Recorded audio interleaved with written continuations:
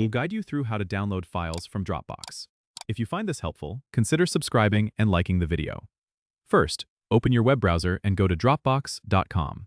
Once you're logged in, you'll be taken to your homepage where you can see all your files and folders. Navigate through your folders to locate the file you want to download. If you're looking to download a single file, simply hover over the file name until you see a checkbox appear to the left of it. Click on that checkbox to select the file. Once selected, look towards the top right of the page where you'll find the download button. Click it, and your download will start automatically. If you want to download an entire folder or multiple files at once, click the checkbox next to each item you want to download. Again, hit the download button at the top right. Dropbox will compress the files into a zip folder that will then start downloading to your computer. It's important to note that if you're downloading a large number of files, the process might take a little longer. Once your download is complete, you can find the files in your computer's default download location, typically the Downloads folder. If you're using a browser like Chrome or Firefox, you might see a bar at the bottom of the window showing the progress of your download.